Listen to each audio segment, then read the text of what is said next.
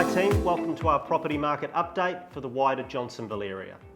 Local sales January, February and March totalled only 104. The highest sale was 2.9 million for a family home and potential development site in Johnsonville, and the average sale price in the area for the same period was just over $1,009,000. The start of 2022 has been full of action and media headlines, and we wanted to give you our take on what's happening right now from the coalface. First off, everyone will have noticed that property prices have dropped. But why? We've had a number of factors that have all put pressure on property prices. A combination of all of these factors at the same time is why prices have dropped so quickly and so sharply. The first is interest rates.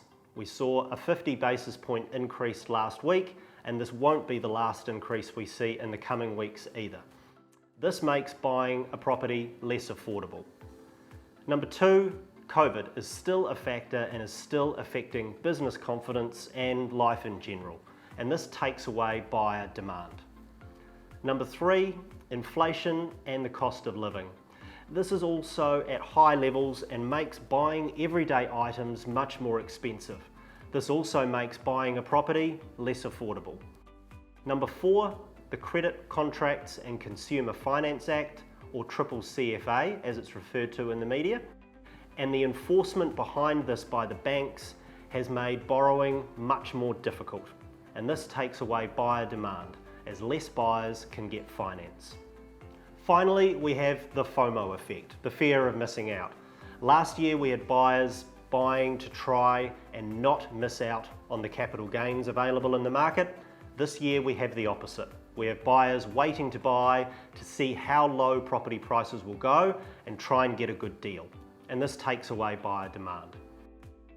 So we have two factors making property less affordable and three factors taking buyers out of the market.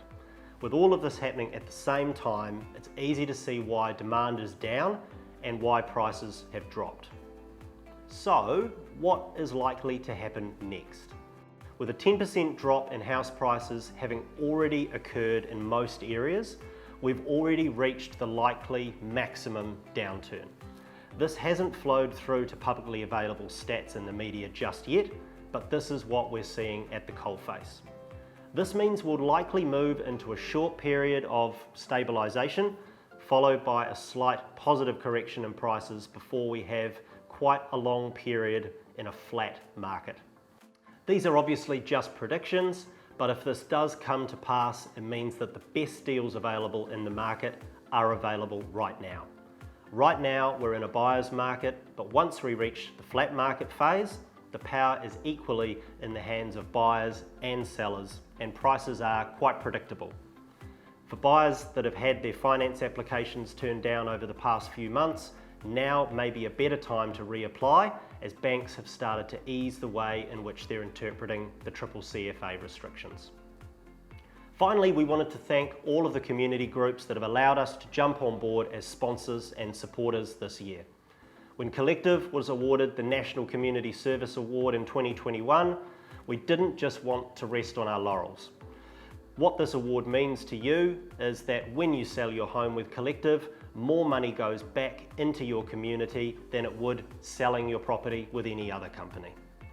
Since winning, we've started sponsorship and support arrangements with an additional 11 community groups, sports clubs and schools, and this takes our total now to nearly 200 local community groups receiving some form of collective support.